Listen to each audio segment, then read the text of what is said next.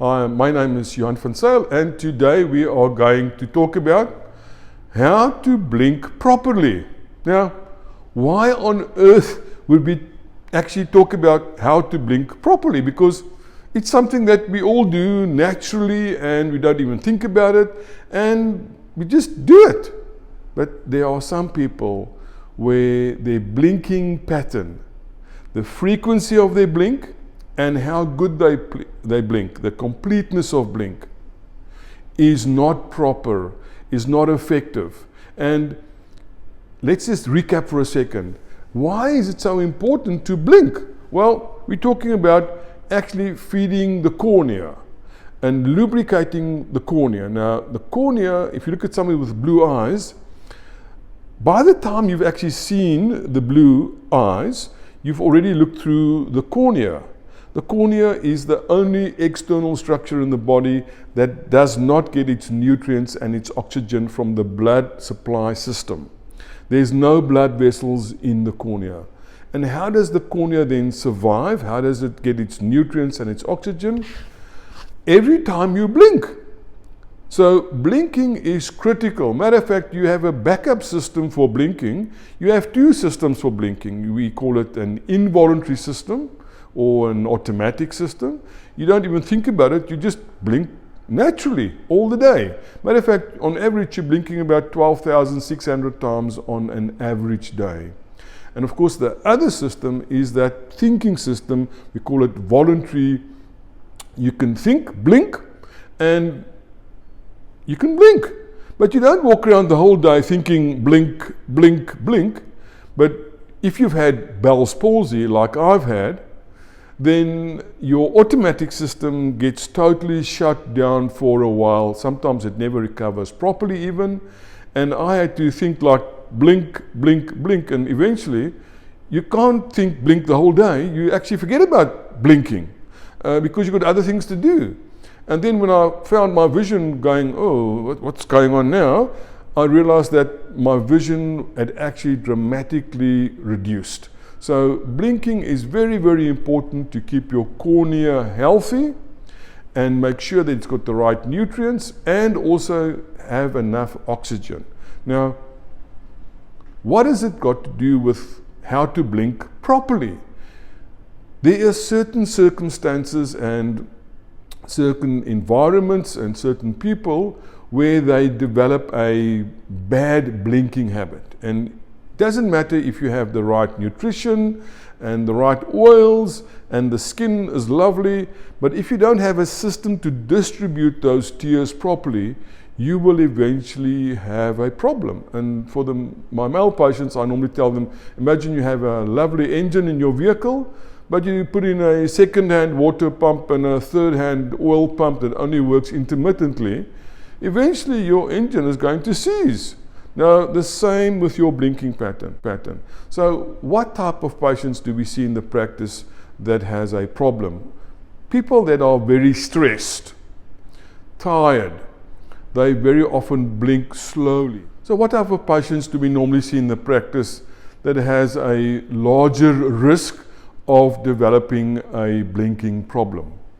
Certain types of people that works in, for example, in accounting, in air-conditioned offices, in IT offices, they very often develop a blinking pattern where I think it's because they concentrate so much, where that automatic involuntary system is actually suppressed. So they're not blinking enough.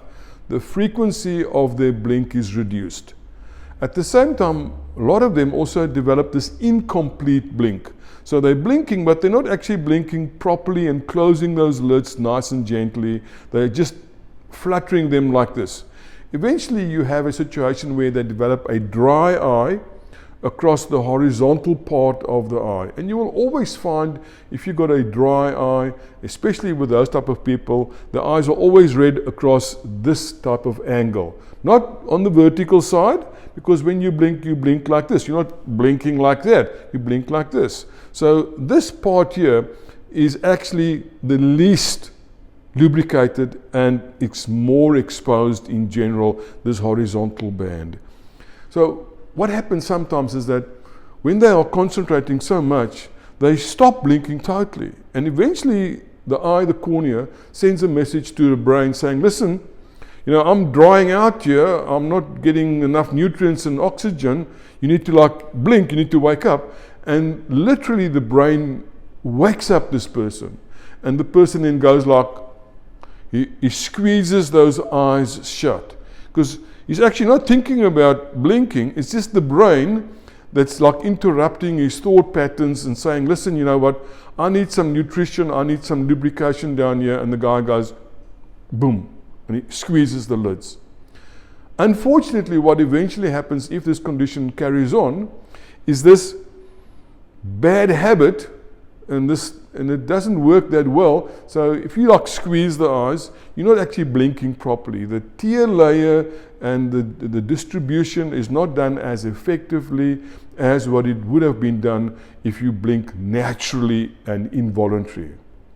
So this new blink squeeze becomes the normal, and that becomes the involuntary system. So the involuntary system gets shut down a little bit, it gets suppressed, and this literally voluntary system that now becomes automatic, this takes over. And you would often find these type of people walking around squeezing like this, or their facial muscles moving, and their face is busy, and they may be touching their hands.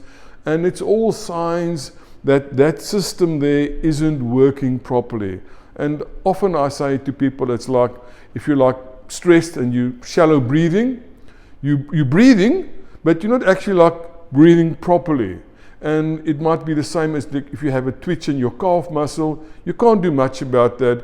It's stress, something is not going right. So sometimes you can have a mineral or vitamin shortage, which might also cause this as well. But most often, if you look at what's happening, it's people that's got bad sleeping patterns. You might find them very stressed, they're doing long hours of looking close, they're not blinking properly, and they're not being aware of their blinking pattern. Now, how do we actually fix this? It's really more difficult than what people might think. I start off with my patients telling them, sit down, relax, and then take a couple of deep breaths. So take a breath and then exhale, and just gently inhale and exhale. And as they relax, I tell them, now you want to start doing the breathing with closing your lids. You want to have the two together. So when you breathe out, gently close your eyes. And when you breathe in, gently open your eyes. I find that the easiest way for our patients to try and re-establish a good involuntary system, because you want to actually now get that good blinking embedded in that muscle memory.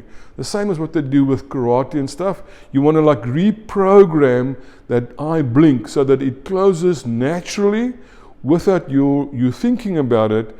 And if you look at some people, you might find that when they close their lids are fluttering. So if you have somebody that can watch you while you're doing this exercise, it always works better. So let them watch you. So when you close those lids, you want to close the lids completely, and at the same moment in time, the lids should not be fluttering or jumping around. They should be relaxed, close for a second, and then you take a deep breath in again. And then you breathe out, close the lids, take a breath, open the eyes. And you want to be doing this 3 or 4 times a day. But you do want to ensure that before you even start, you take a moment and you just calm yourself, relax, and try and relax all the facial muscles. It's only the eye lids that should be moving. So when you close gently your lids, and they shouldn't be jumping around and twitching. That is what you want, because that is a natural involuntary blink.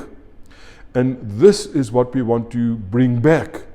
We do not want you walking around like that, because that eventually causes corneal problems, dry eye problems, and you're going to have some long-term vision problems for sure.